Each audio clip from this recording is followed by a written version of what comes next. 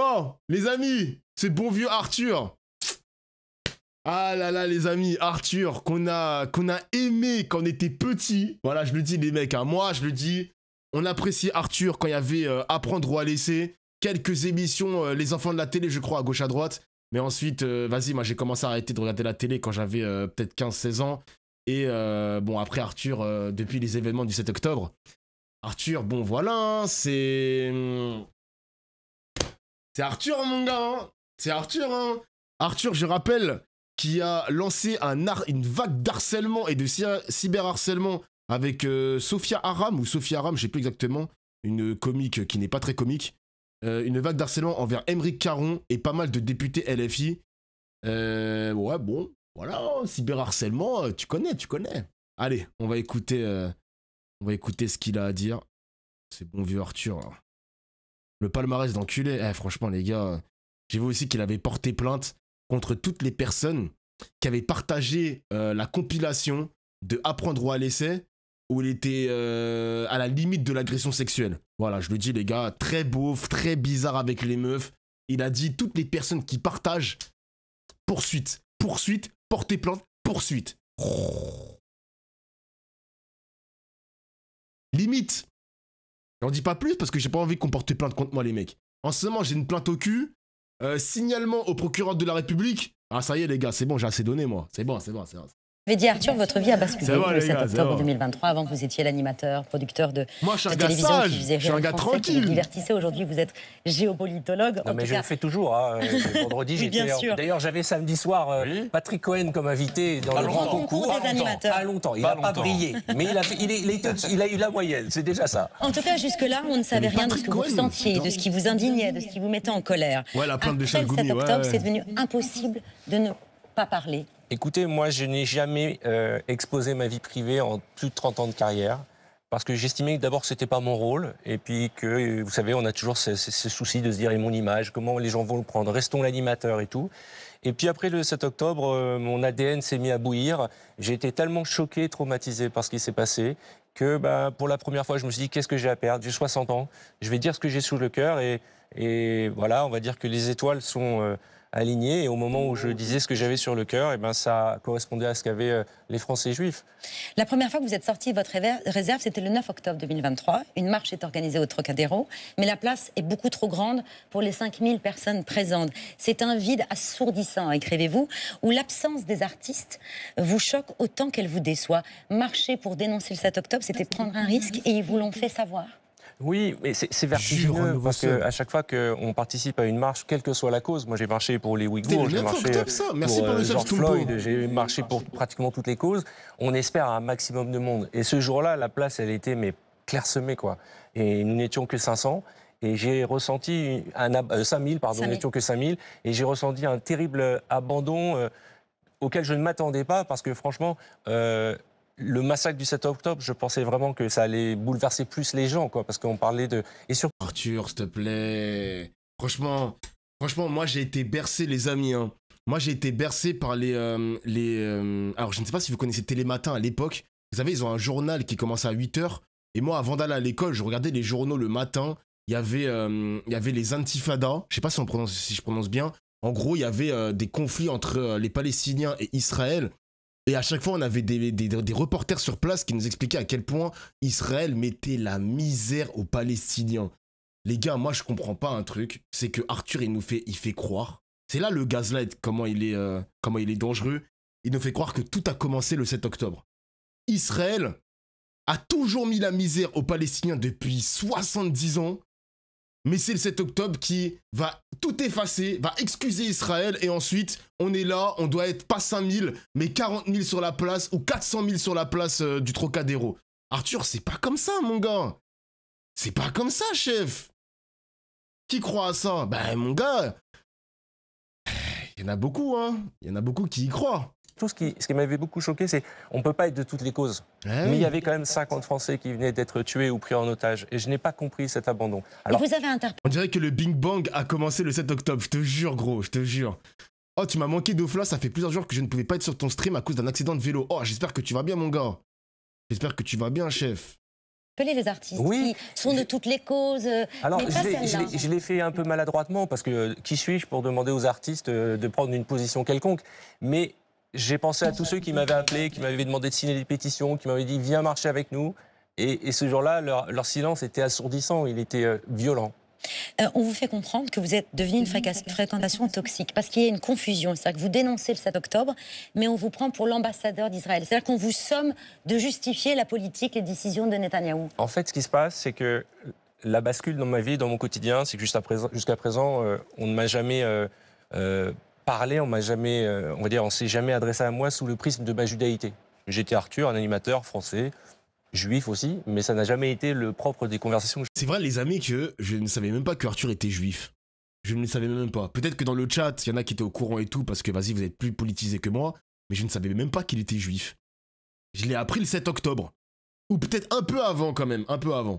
Et à chaque fois que je me suis retrouvé à des dîners, à des soirées, j'étais devenu un peu le juif de service. Donc comme j'étais juif dans l'amalgame des gens, donc j'étais proche d'Israël, donc je soutenais Benjamin Netanyahou, donc j'étais pour la guerre à Gaza. Et donc je me suis retrouvé à devoir justifier de ce qui se passait en Israël, alors que je n'ai pas à me justifier de ce qui se passe en Israël. Moi je suis français, on a déjà pas mal de problèmes avec le gouvernement français. Je ne vais pas en plus me mêler de ce qui se passe en Israël. Prendre la parole, ça vous a valu immédiatement des milliers d'insultes antisémites. 1000 par minute. Vous êtes devenu, dites-vous, une cible numérique. 1000 insultes antisémites par minute. Ils ont pas un peu grossi le trait là? 1000 par minute. Non, s'il vous plaît. Mais une cible tout court. Ça a été vraiment... J'étais d'ailleurs sur France Inter lorsque ce livre, je l'ai décidé après une interview. J'avais été reçu par la journaliste Sonia De Villers. Et en sortant de l'interview, mon téléphone, je vous jure, j'avais jamais vu ça. Au début, j'ai reçu quelques messages de gens qui m'avaient dit, des gens assez... Je ne m'attendais pas à ce genre de message. Merci d'avoir parlé en notre nom, merci d'avoir mis des mots. Et après, c'est devenu, mais je dis un tsunami, mais j'ai jamais vécu un tsunami. Mais pour moi, c'était indescriptible la violence des messages que j'ai reçus, à tel point que Meta, qui s'occupe des comptes Facebook et Instagram, ont fermé mes comptes en me disant on est à 1000 messages minutes, 1000 menaces de mort minutes. Je crois que vous n'imaginez pas ce qu'est un raid numérique. Après, les gars, tu vois, encore une fois, j'ai pas envie de me répéter, mais je suis obligé.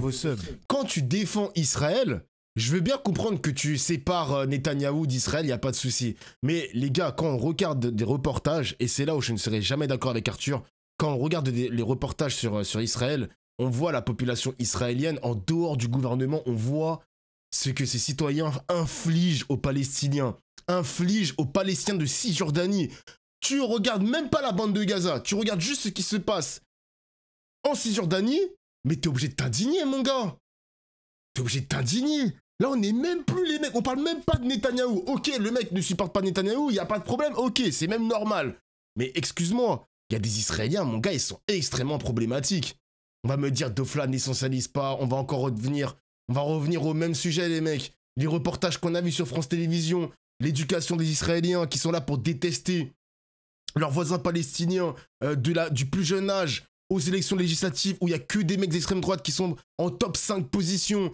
Les otages israéliens, combien sont d'accord pour continuer à coloniser la Cisjordanie malgré le fait que le Hamas ait kidnappé des otages? Ces mecs-là veulent récupérer leur famille. Ok, qu'on va leur face. Mais dans leur esprit, ils pensent quoi de tout ça, eux? Vous voyez ce que je veux dire? Dans tous les cas, défendre Israël, pas le gouvernement, mais uniquement le pays Israël, c'est très compliqué. C'est très compliqué. De fait, il y a une conférence de Jean-Luc Mélenchon que tu vas regarder. Alors frérot, il y a un titre de mon stream qui explique le programme de la soirée. Et dans le programme de la soirée, il n'y a pas Jean-Luc Mélenchon, mon frère. Donc ce ne sera pas pour ce soir. Voilà. Les enfants qu'on envoie signer des obus, ouais, ça fait des signatures sur des missiles. Non, franchement, c'est grave. Les gars, j'ai vu aujourd'hui un père de famille, il a perdu ses enfants et sa femme dans un immeuble résidentiel. Résidentiel, hein. Je ne pense pas qu'il y a le Hamas dans des résidences comme ça. Le gars, il était effondré. Jusqu'à, il a pris des pierres. Il a pris des pierres pour se le mettre sur sa tête en mode il veut se suicider. Genre, c'est n'importe quoi. Comment ça... Ça m'a fait trop mal au cœur, les mecs. Ça m'a fait trop mal au cœur. J'ai vécu dans ma chair et ma vie a donc changé automatiquement puisqu'on m'a fait comprendre que ma sécurité devait être renforcée et ma vie a changé parce qu'aujourd'hui, je vis accompagné 24 heures sur 24. C'est-à-dire que même la nuit, pendant que je dors, il y a des gens qui surveillent ma maison, quoi. C'est dingue. c'est d'autant plus dingue que ce jour-là, je n'ai simplement dit qu'une seule chose. Nous, Français juifs, nous sommes très inquiets de la montée de l'antisémitisme. Je n'ai dit que ça. J'aurais pu dire des choses qui auraient excité la foule, mais pas du tout. J'aurais pu dire, je prendre une position quelconque, j'aurais pu dire n'importe quoi, genre je soutiens Benjamin Netanyahu. Pas du tout. J'ai juste dit, les Français ont peur, et je me suis pas trompé, puisque 2 ans plus tard, la courbe de la croissance de l'antisémitisme est exponentielle, ça ne s'arrête pas. Chaque jour en France, il y a un acte antisémite violent. Il y a 48 heures, c'était ce pauvre monsieur qui s'est fait tabasser dans l'Essonne. L'été, ça a été, je ne sais pas si vous avez suivi l'été, alors évidemment, peut-être moi je me sens plus concerné, hein, les gens ont d'autres choses à faire, mais tous les jours, il se passait quelque chose, quoi. C'est vrai qu'on a les chiffres, ça a explosé depuis le 7 octobre 2023. Alors, les 6 premiers mois de 2025, on voit que ça a baissé, mais il y a quand même 646 actes antisémites recensés, et c'est un bond de 112% sur la même période depuis 2023. Comment on fait pour y mettre fin ? Ah bah, c'est pas à moi de vous donner la réponse, c'est au pouvoir public de trouver la bonne solution. Parce que pour l'instant, on est beaucoup dans les mots, mais il faut qu'on soit dans les actes. Je peux vous donner un exemple. Par exemple, moi, on parlait de ce raid numérique où j'ai reçu des milliers de menaces de mort et j'ai porté plainte. Aujourd'hui, il ne s'est toujours rien passé. Les personnes qui m'ont menacé de mort ne sont même pas au courant que j'ai porté plainte contre elles. Tellement il y a une lenteur dans le process.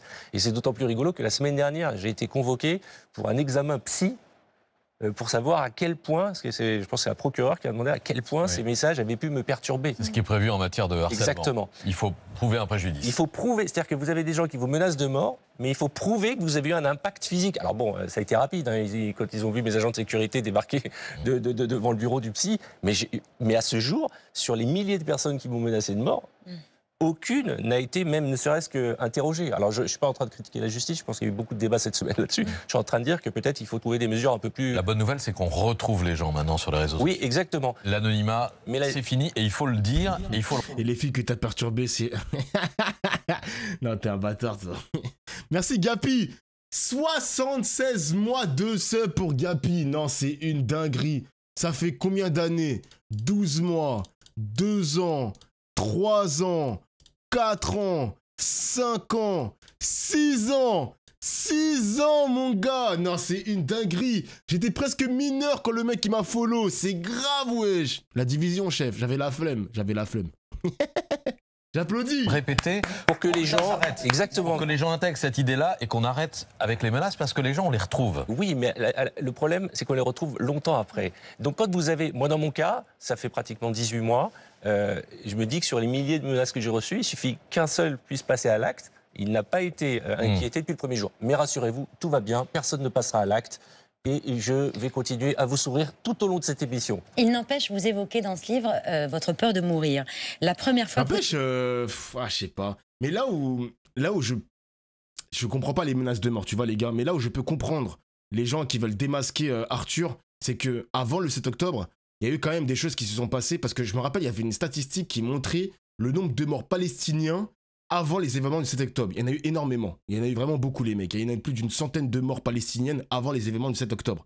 Moi, ce qui me rend fou, c'est que à cette époque-là, il n'y a personne qui tweetait. Il y avait une sorte d'invisibilisation de ce qui se passait en Palestine, en tout cas bande de Gaza plus Cisjordanie. Et c'est là où l'Occident entre en compte et qu'il y a une hypocrisie. C'est que quand il y a eu le 7 octobre, ça a tellement choqué l'opinion publique quand ça a fait la une des journaux, c'était mondial, c'était le Palestinien qui résiste contre son oppresseur israélien. Arthur, il en a fait son tweet, il a reçu ses menaces de mort, et ensuite, voilà, il en a fait un livre. Mais la couverture médiatique, elle était inexistante avant les événements du 7 octobre. C'est ouf quand même. Il faut aller creuser sur YouTube. Voilà, il y a un mec qui a Rebound qui le dit. Il faut aller creuser sur YouTube pour aller voir des reportages de Arte, des micro-reportages de youtubeurs indépendants, de journalistes indépendants, pour regarder un petit peu ce qui se passe en Cisjordanie. Mais la colonisation, elle date pas du 7 octobre. Hein. Ils ont accéléré la colonisation, mais avant les événements, les Israéliens, ils ont volé des terres, ils ont volé aussi des maisons, ils ont volé du bétail, ils se sont accaparés de plein de biens qui appartenaient aux Palestiniens. Franchement, Arthur, ça a été un énorme hypocrite sur ça quand même. Hein. Énorme hypocrite. Vous l'avez ressenti de votre vie, à 57 ans, c'était à Tel Aviv. Vous vous êtes rendu à plusieurs reprises, là où il faut se réfugier dans un abri à la moindre alerte. C'est une crainte de la mort que connaissent les Israéliens, mais aussi les Palestiniens qui vivent sous les bombardements. Et ça, vous le rappelez à plusieurs reprises dans ce livre, qu'on qu'on n'imagine pas que si vous dénoncez l'antisémitisme, vous ne dénoncez pas aussi les horreurs à Gaza? Ah bah, j'espère que vous l'avez lu. C'est très clair dans mon livre. Aujourd'hui, on est dans un monde où il y a très peu de nuances, où l'émotion prend parfois le dessus sur la raison, et les gens se sentent obligés d'être dans un camp. On peut, comme moi, aimer Israël et ne pas soutenir Benjamin Netanyahou. On peut dénoncer le Hamas et être en empathie avec le peuple palestinien. Vous savez, moi je suis père de famille, les images des enfants israéliens morts le 7 octobre ou les images des enfants qui nous arrivent sur les réseaux sociaux des enfants palestiniens, ça me bouleverse de la même manière. Voilà. Et le point commun de ces enfants qui meurent, c'est ce Hamas, ce groupe terroriste. Moi je suis désolé les amis, hein. La meilleure preuve pour Arthur, c'est que ça le bouleverse, ok, mais vas-y fais-en en tweet. Fais un tweet pour dénoncer ce que Israël fait subir à la bande de Gaza. Vous allez voir les commentaires qui va se manger, les gars, de la part de la droite, extrême droite et tous les Israéliens sionistes, même français. Vas-y, fais un tweet. Parce que c'est facile de dire ça. Il avait déjà dit cette phrase-là à Quotidien l'année dernière. Mais c'est facile de le dire dans des médias.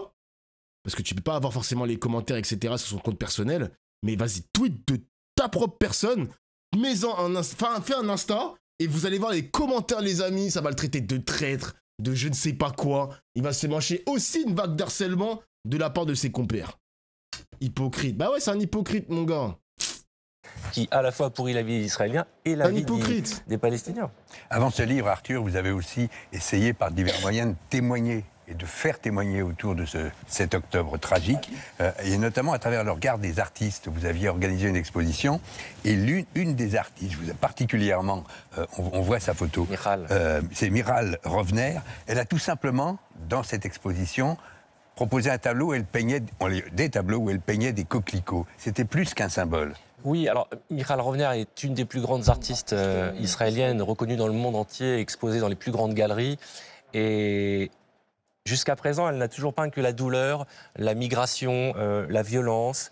Et quand je suis allé la voir dans son atelier, elle m'a dit, c'est très particulier parce que ce que je viens de peindre n'a rien à voir avec mon travail, j'ai peint des coquelicots. Et alors là, pourquoi ces coquelicots? Et ça a été une scène, j'en ai encore la chair de poule, où elle s'est mise à pleurer.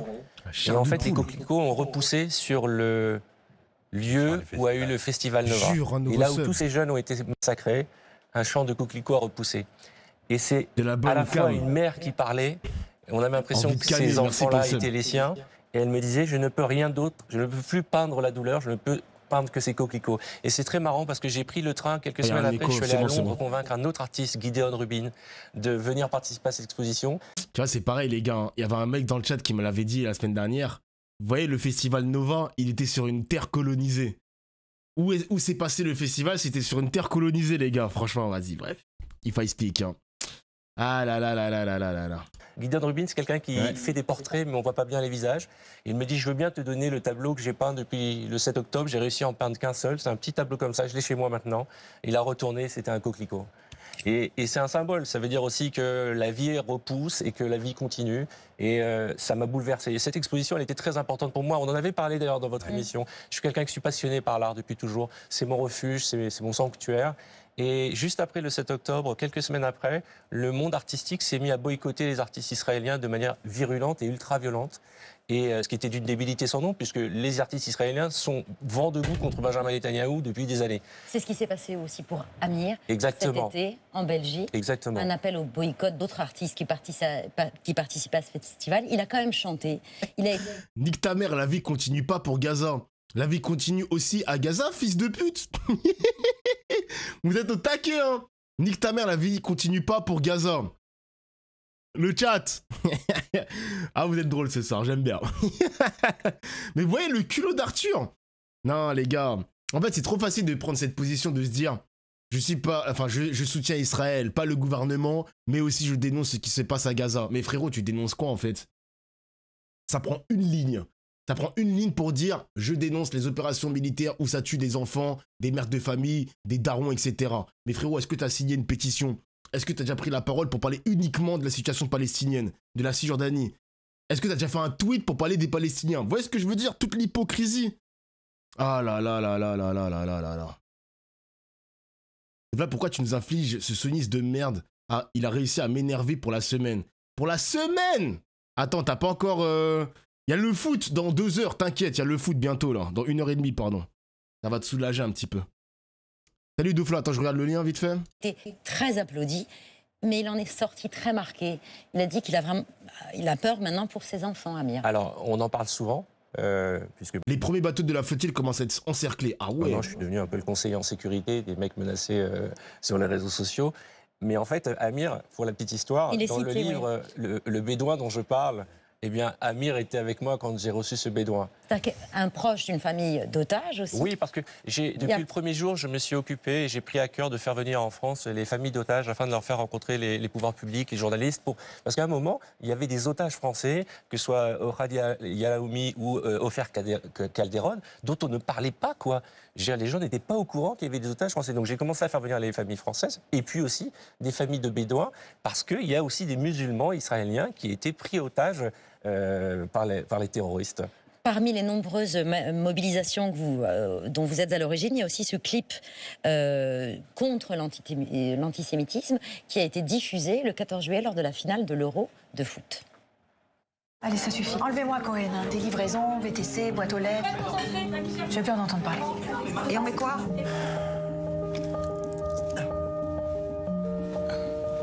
Dans la rue, on peut pas la porter. Pourquoi? Pour pas se faire remarquer, apparemment. Vous allez à la synagogue ce soir ou pas? Je passe aussi fort.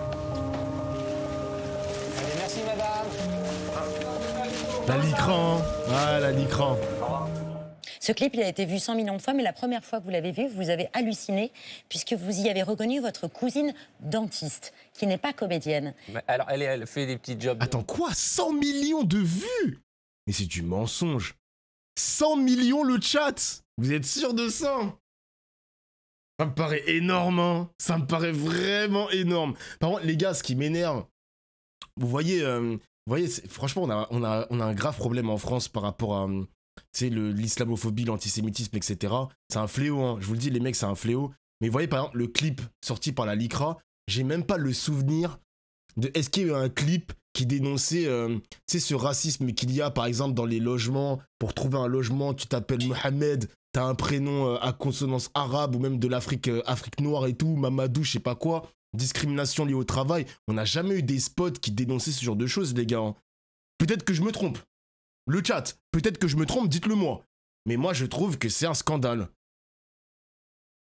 Tout pour l'antisémitisme. Je veux bien qu'il y ait des clips comme ça, mais moi, j'ai aucun problème avec ces clips. J'ai aucun problème. Mais dans ce cas-là, il faut le faire pour tout le monde, mon gars. En plus, ça prend pas du temps. Tu le fais pour l'année en cours ou le semestre en cours. Semestre suivant, on parle, tu fais un petit clip sur l'islamophobie. Semestre suivant, tu fais ensuite sur les noirs, etc., etc. Tu dénonces tout ça, c'est normal, genre. Dis pas ça de ça va te dire ça n'existe pas. Putain. Ouais, il y a une tier list des religions dans la tête de l'État français. Il y a une tier list des religions où vraiment les juifs sont en haut et ensuite il y a le reste en bas. Ça devrait nous interpeller, les mecs, pardon. Ça devrait vraiment nous interpeller. Donc là, moi, depuis des années, j'ai toujours cru que la Licra, c'était que pour l'antisémitisme. Non! C'est pour tout, mon gars! C'est pour tout! C'est quoi déjà le nom de la Licra? C'est juste de l'antiracisme. La Ligue internationale contre le racisme et l'antisémitisme. C'est ouf quand même, hein? Mais elle est aussi comédienne. Mais, je veux dire, elle est surtout dentiste avant tout. Mais on vous a expliqué la raison de sa présence, c'est parce que personne n'a voulu... En fait, il faut comprendre l'histoire de ce clip. Après la finale du Super Bowl, il y a eu un clip qui avait été diffusé pendant le Super Bowl et on s'est dit avec Maurice Lévy que nous ferions la même chose. Et on est parti plein d'entrain et on a vu... une montagne à gravir parce qu'on ne trouvait pas de réalisateur, pas de comédien et la réalisatrice brillantissime Katia Lefkovitch qui est une des plus grandes publicitaires françaises, une grande cinéaste, m'a dit c'est la première fois que je fais un casting et que personne ne vient.